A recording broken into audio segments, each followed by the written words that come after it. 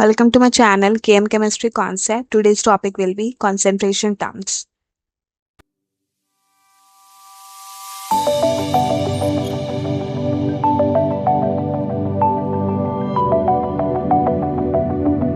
So before starting with concentration term, I would like you to know few things that we have studied previously. So we have studied about mole. What do you mean by mole? Then we have seen what do you mean by concentration. We have seen solution. What do you mean by solution?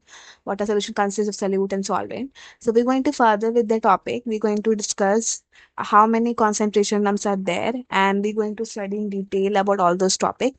And we will also try to solve few numerical based on that. Okay.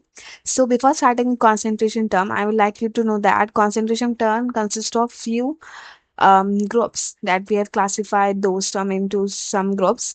Okay, so there are three classification basically.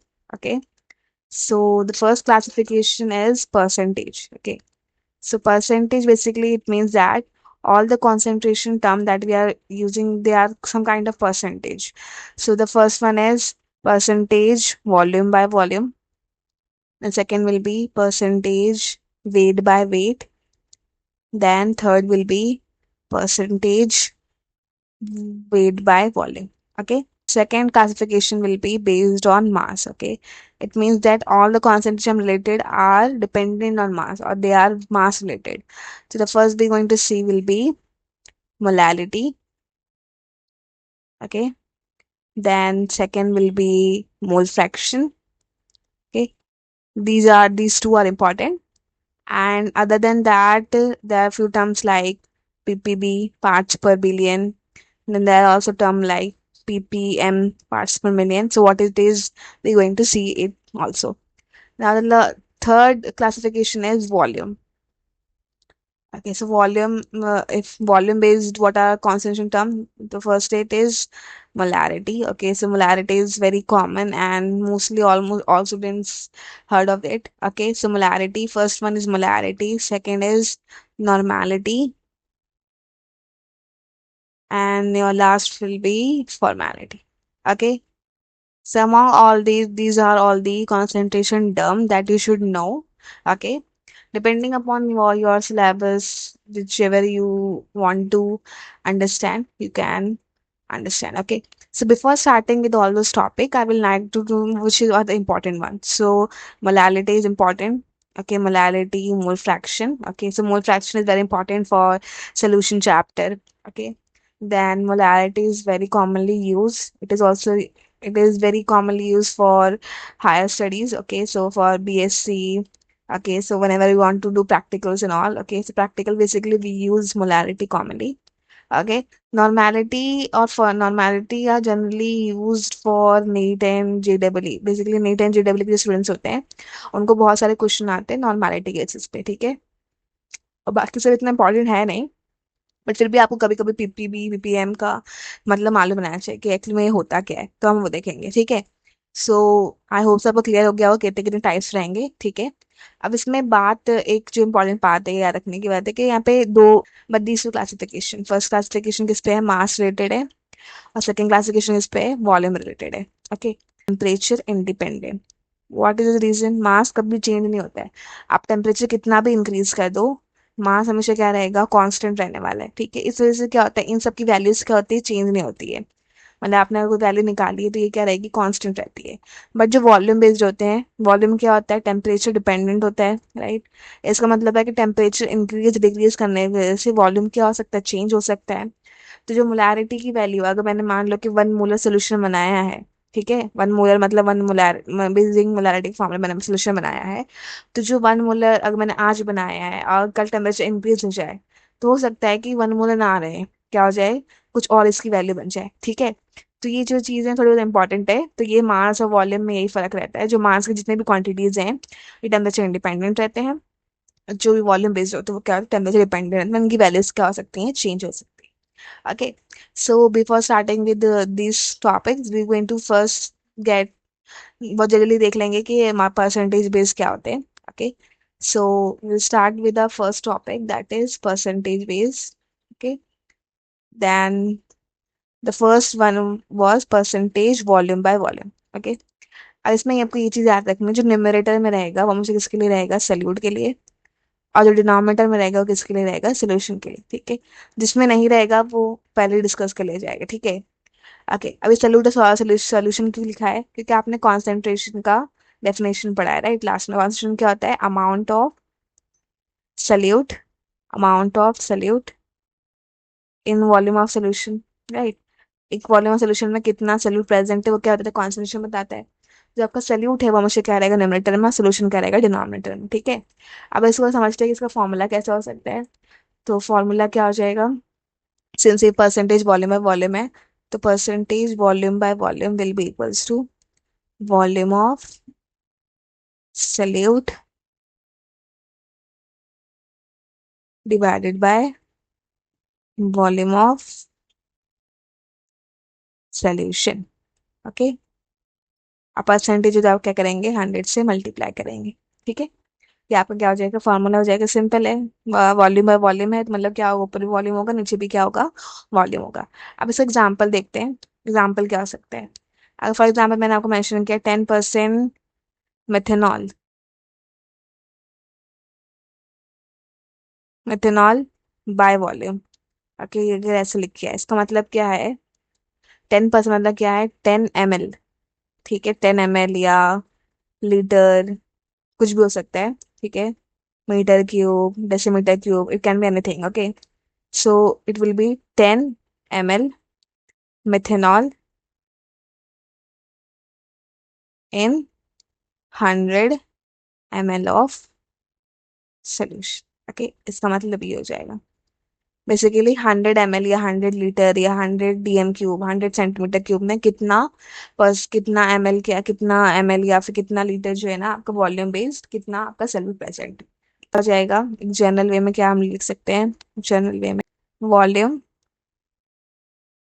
Of solute in 100 ml of solution. Okay, as usually 100 ml से अभी reference लिखा है, आप litre वगैरह कुछ भी ले सकते हैं, लेकिन याद रखना है कि आपका जो सल्यूट का जो यूनिट है, ये जो वॉल्यूम ऑफ सल्यूट है इसका यूनिट और सोल्यूशन का यूनिट क्या होना चाहिए, सेम होना चाहिए। रीजन क्या है, परसेंटेज है।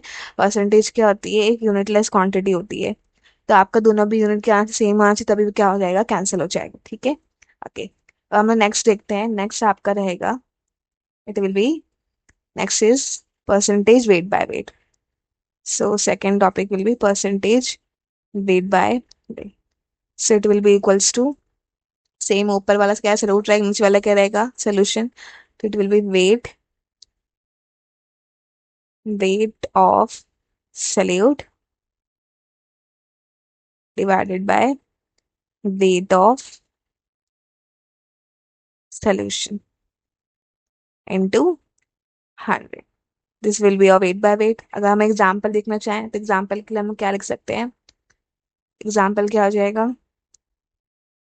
Example will be 20% NaOH by weight.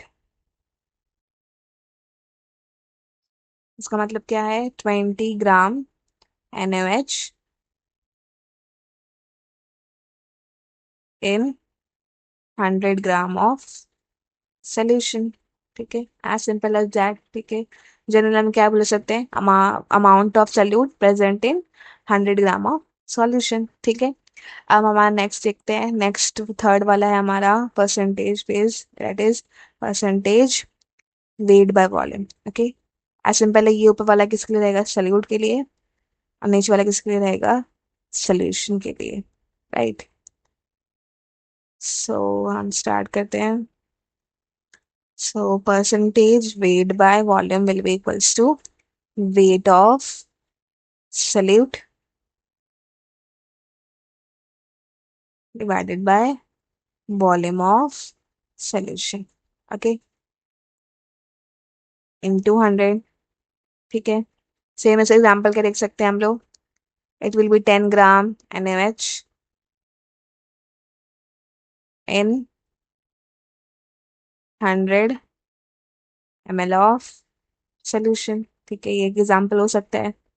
ठीक है, ओके। तो अब ये सब हम कन्वर्जन्स यूज कहाँ करते हैं, तो बेसिकली आपने बहुत सारी क्रीम्स वगैरह देखी होगी, या आपकी कोई भी ब्यूटी क्रीम होती है, या फिर कोई भी आपकी बेसिकली एंटीसेप्टिक क्रीम होती है, उसमें आप हमेशा देखते हैं कि आपकी जो ट्यूब होती है, ठीक है, अगर आपकी क्रीम की ट्यूब है, तो इसके आगे इसके ऊपर क्या रहता है, केमिकल फार्मूला लिखा रहता है, जो भी आपकी क्रीम का फार्मूला रहता है, और यहाँ पे परसेंटेज वेट बाय वॉल्यूम लिखा रहता है, या परसेंटेज वॉल्यूम वन वॉल्यूम लिखा रहता है। तो बेसिकली सारे जो परसेंटेज लिखा रहता है 0.1, 10, ठीक है, depending upon your table what ever it is, ठीक है, आपके टूथपेस्ट से भी लिखा रहता है। वो क्या बता रहा होता है कि उसमें एक्चुअल में कंटेंट कितना प्रेजेंट है, जो आपके एक्टिव इंग्रेडिएंट है वो कितना कंटेंट प्रेजेंट है। बहुत सारे आपकी जो भी क्रीम्स वगैरह आप यूज करते हैं, चाहे वो लोशन हो, कोई आपका सनस्क्रीन हो जाए, उस सब में क्या होता है, परसेंटेज पीछे लिखा रहता है इंग्रेडिएंट्स में। तो आपको बताना चाहिए कि अगर वो परसेंटेज मेंशन किया हुआ है तो उसका मतलब क्या है, एक्चुअली कितना एक्चुअल में एक्टिव इंग्रेडिएंट प्रेजेंट रहता है, ठीक है। सो बेसिकली ये सबको उसी के लिए इस्तेमाल किया जाता है, ठीक है। बेसिकली इसका जो मेन फंक्शन है या मेन यूजेज आप बोलेंगे एप्लीकेशन है, वो इस चीज में काम आता है, ठीक है। अब जो हमारा नेक्स्ट मेजर पार्ट रहेगा इस टॉपिक के अंदर, that will be will start with conformation term. हम लोग दोनों साथ में पढ़ेंगे, मास और वॉल्यूम, ओके। हम लोग will start with molarity first, then will take we will see one numerical based on that, then we will go move forward with molality, okay। ऐसे switch करके पढ़ेंगे, कंपेयर करके पढ़ेंगे, ठीक है, ओके। सो आज सबको क्लियर हुआ होगा। Next topic is molarity, okay. So molarity को हम रिप्रेजेंट करते हैं कैपिटल एम से, ओके। अगर हमें डिफाइन करना है तो हम डिफाइन कैसे करेंगे, okay. So molarity represents, what is represent, it represents number of moles of solute present in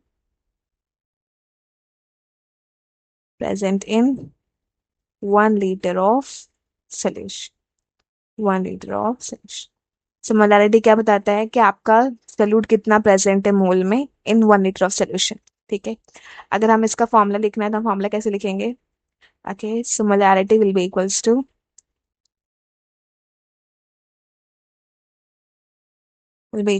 same है जो डेफिनेशन से लिखेंगे, it will be number of moles of salute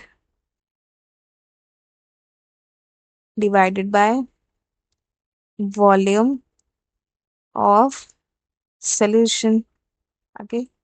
ये क्या हो जाएगा, आपका फॉर्मूला हो जाएगा, ठीक है। अगर हमें इसका यूनिट लिखना है तो यूनिट क्या हो सकता है, यूनिट नंबर ऑफ मोल्स का यूनिट क्या होता है, मोल होता है MOL, ठीक है। और वॉल्यूम सॉल्यूशन का यूनिट क्या हो जाएगा, लीटर, तो आपका यूनिट क्या बन जाएगा, मोल पर लीटर, ठीक है। आप DMQ भी लिख सकते हैं, ठीक है, बात सेम ही है, ओके। सो ये आपका क्या हो जाएगा, यूनिट हो जाएगा फॉर योर मोलैरिटी, ओके। आपको फॉर बेसिकली डेफिनेशन क्लियर हो, डेफिनेशन सिंपल है। Number of moles solute present in 1 liter solution, 1 liter solution में कितने मोल्स सॉल्यूट प्रेजेंट है वो क्या बताता है, मोलैरिटी बताता है, ठीक है, ओके।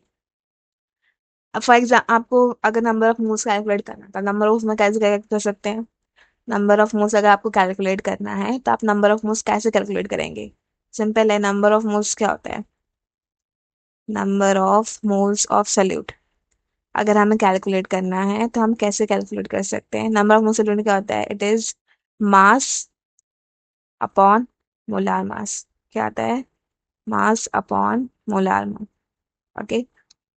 अब ये फॉर्मूला आया क्या से, इसको थोड़ा डिटेल में समझते हैं, ठीक है। तो हमने लास्ट लेक्चर में ये देखा है कि 1 मोल किसके इक्वल होता है, मोलार मास के इक्वल होता है, राइट, मोलार मास के इक्वल होता है, राइट। एग्जाम्पल कोई भी लेते हैं, हम लोग NaOH ले लेते हैं, ठीक है। अगर हमने NaOH लिया है तो हमें पता है NaOH का मास कितना होता है, 40 ग्राम होता है। It means 1 mole of NaOH will be equals to 40 gram, okay. मान लीजिए मैंने आपको 20 ग्राम दिया है, और 20 ग्राम क्या है, आपका मोलार मास नहीं है, वो क्या हो जाएगा, आपका मास हो जाएगा, ठीक है, जो आपको प्रोवाइडेड है, ठीक है। कहीं कहीं पे ना इस फॉर्मूले को ऐसे भी लिखा जाता है, given mass upon molar mass, उससे क्या होता है, आसान हो जाता है समझने के लिए। गिवन मास क्या होगा, जो आपको दिया हुआ है, और मोलार मास क्या है, जो आप यूजिंग फॉर्मूला क्या करते हैं, फाइंड आउट करते हैं। आप ये भी समझ सकते हैं, 20 ग्राम दिया आपको, पता है आप क्या लिखते हैं, यहाँ पे एक्स मोल लिखते हैं, राइट, ऑफ NaOH, और वो फाइंड आउट करते हैं, ठीक है, ऐसे करते हैं। अगर हम इसे सॉल्व करें, इसको अगर हम इसको अगर उल्टा इमेजिन करें तो क्या आ जाएगा, एक्स मोल ऊपर आएगा, ठीक है, ये जाएगा, क्रॉस मल्टीप्लाई करेंगे तो क्या बनेगा formula, x mole will be equals to it will be 20 gram upon 40 gram into 1 mole, ठीक है, यही आएगा। अगर 1 मोल मतलब क्या, कुछ भी नहीं, 1 ही है, मतलब बेसिकली क्या है, ये मास अपॉन मोलार मास है ना, तो वहां से फॉर्मूला आता है। ठीक है, तो अगर आपको नंबर ऑफ मोल सॉल्यूट निकालना है, ठीक है, ऑब्वियसली बात है, अगर आपका आंसर, आपका जो मास है मोलार मास सेम है, तो आपका 1 मोल आएगा। बट अगर आपका मास और मोलार मास सेम नहीं है, तो आपकी वैल्यू क्या हो सकती है, कुछ भी हो सकती है, 1 से कम हो सकती है, 1 से ज्यादा हो सकती है, राइट। तो इसके लिए ये फॉर्मूला होता है। ठीक है, it will B mass upon molar mass. ठीक है, ओके।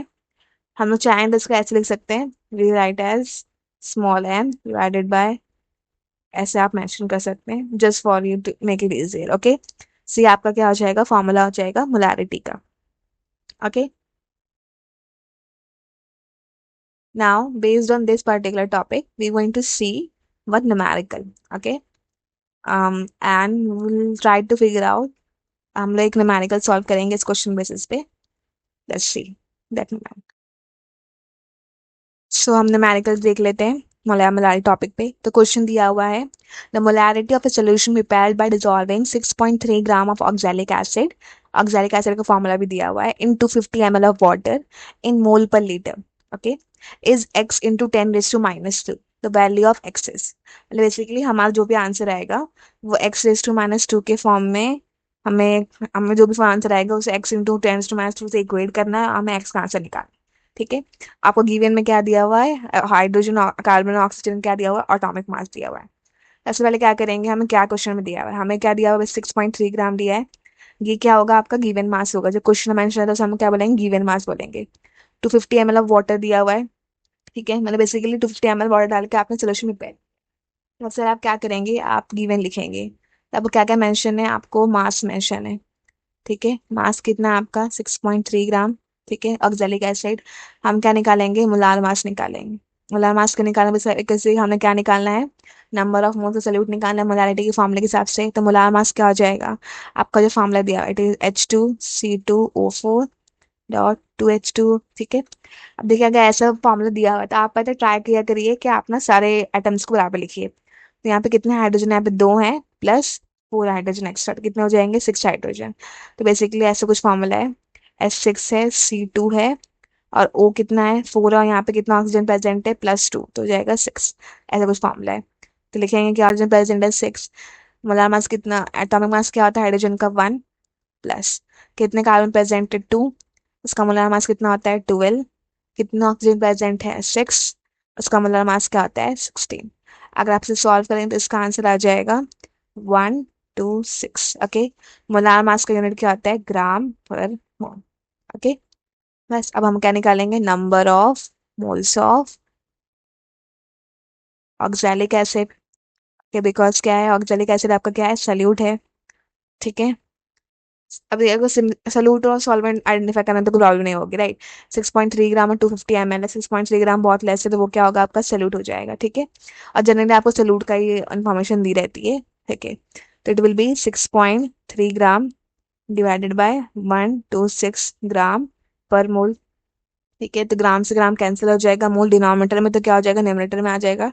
ये डिनोमिनेटर डिनोमिनेटर में, तो आपका आंसर क्या आ रहा है, मोल में आ रहा है। ठीक है, मोल ही नंबर ऑफ मोल्स होता है। ठीक है, इसको सॉल्व करेंगे तो इसका आंसर आ जाएगा 0.05। ठीक है, तो आपको number of moles of oxalic acid मिल गया। ठीक है, अब हमें वॉल्यूम लिखना है, volume of solution, right, volume of solution क्या मेंशन किया गया, वॉल्यूम सोल्यूशन क्या है आपका, 250 ml है। ठीक है, बट आपका मोलारिटी क्या कहता है, मोलारिटी कहता है कि आपका जो वॉल्यूम है वो किस में होना चाहिए, लीटर में होना चाहिए, राइट। हम इसे कन्वर्ट करेंगे लीटर में। ठीक है, तो हमने कन्वर्जन फैक्टर देखा ही है, कन्वर्जन क्या कहता है, मिली मतलब क्या होता है, 10⁻³ होता है, तो क्या हो जाएगा, 250 इंटू 10⁻³ लीटर। ठीक है, अगर से आप मल्टीप्लाई करेंगे तो इसका आंसर क्या हो जाएगा, -3 मतलब क्या, 3 बार पॉइंट को आगे शिफ्ट करना है, तो हो जाएगा 0.25 लीटर। आपको वॉल्यूम मिल गया, आपको नंबर ऑफ मोल्स मिल गया, सिंपल आप मोलारिटी निकालेंगे। So molarity will be equals to 0.05 mole, number of mole solute, divided by 0.25 litre. ठीक है, आपका आंसर मोल पर लीटर में आ रहा है, और वही आपको मेंशन किया, आपको मोल पर लीटर में निकालना है। इसको आप सॉल्व करेंगे तो आपका आंसर आ जाएगा 0.2। ठीक है, लेकिन आपको मोलारिटी नहीं निकालनी है। हमको क्या बोला है कि जब इसको सॉल्व करेंगे तो आपकी मोलारिटी किस में आती है, एक्स इंटू 10⁻² के फॉर्म में आती है। आपको बताना है कि एक्स की वैल्यू क्या है, तो हमारी मोलारिटी ये आई है, तो हम क्या बोलेंगे, x into 10⁻², will be equals to 0.2। ठीक है, इसी की इक्वल आएगी। ओके, ये ऐसा हो सकता है, आप इसे ऐसे लिख सकते हैं, x⁻10⁻², है तो ये हो जाएगा 20 × 10⁻²। ठीक है, तभी ये वैल्यू सेम है ना, 0.2 का आप 20 × 10⁻² भी लिख सकते हैं। तो 10⁻10⁻ कैंसिल, एक्स वैल्यू क्या आ जाएगी आपकी, 20 आ जाएगी। ओके, ये एक जेडब्ल्यू का क्वेश्चन है, जेडब्ल्यू एग्जाम का क्वेश्चन है, आपसे क्लियर होगा, इजी क्वेश्चन है। ठीक है। ओके। ओके।